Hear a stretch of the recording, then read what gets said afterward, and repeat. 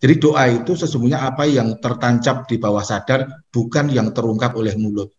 Maka kata Nabi, tangan di atas lebih baik dari tangan di bawah. Itu artinya ketika orang itu memberi, maka orang itu sesungguhnya mengatakan kepada dirinya sendiri, saya adalah orang berpunya.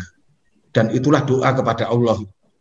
Dan ketika dia sering meminta, maka dia mengatakan kepada diri sendiri, saya adalah orang-orang ya orang miskin. Sama dengan berdoa, ya Allah berilah kami kemiskinan yang berkelanjutan.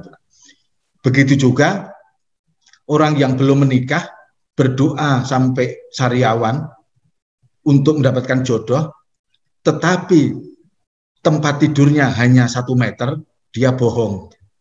Buktinya apa? Dia tidak menyiapkan tempat untuk calon suami atau calon istrinya. Jadi doa itu harus bukan terungkap oleh mulut, tapi bawah sadar yang kemudian dalam bentuk perilaku yang nyata. Begitu juga soal-soal lain. Maksud saya adalah saya ingin mengatakan bahwa Anda harus memiliki mental orang yang berkemakmuran di masa depan. Itu yang penting.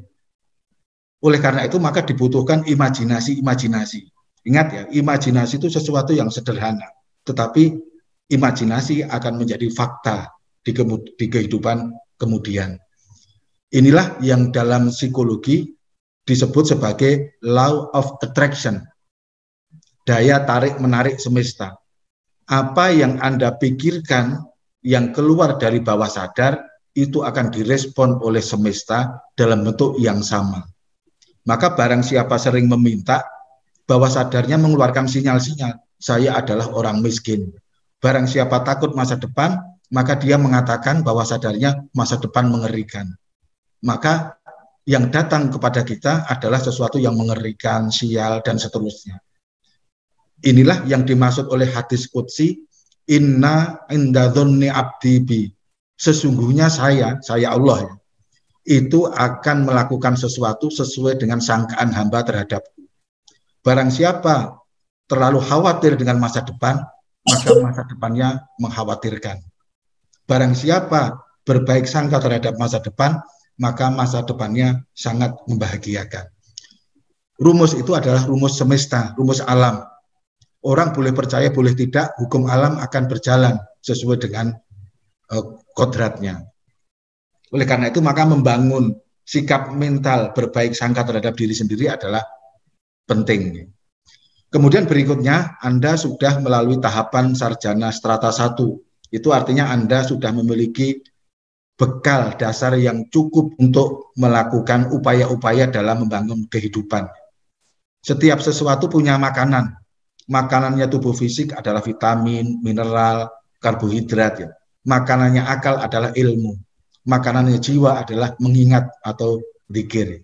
Dan Anda sudah melampaui kurang lebih 4 tahun melakukan upaya-upaya memberikan vitamin kepada akal.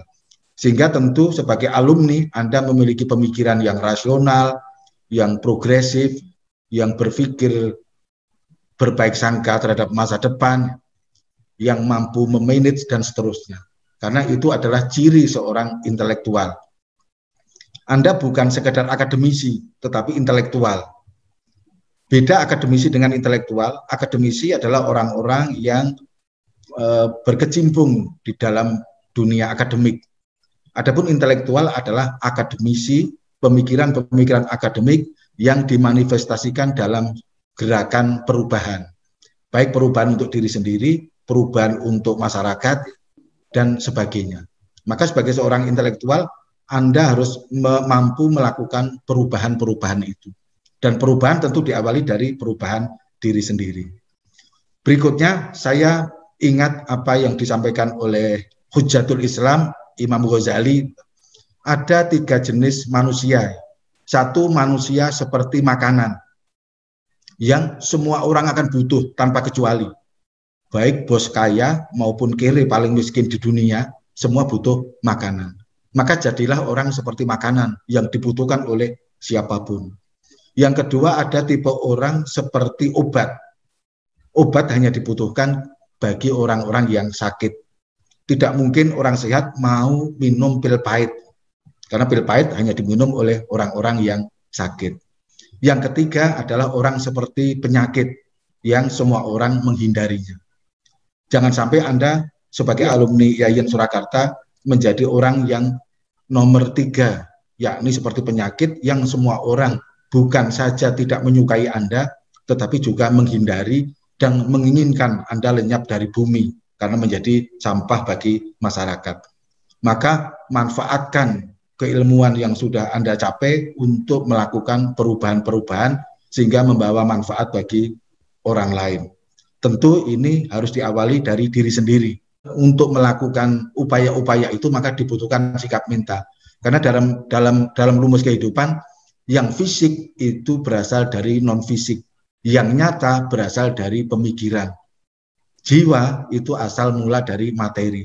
Maka perubahan-perubahan pada diri adalah paling penting, paling awal. Karena tanpa perubahan diri maka apapun yang masuk ke dalam pikiran kita menjadi tidak memiliki makna.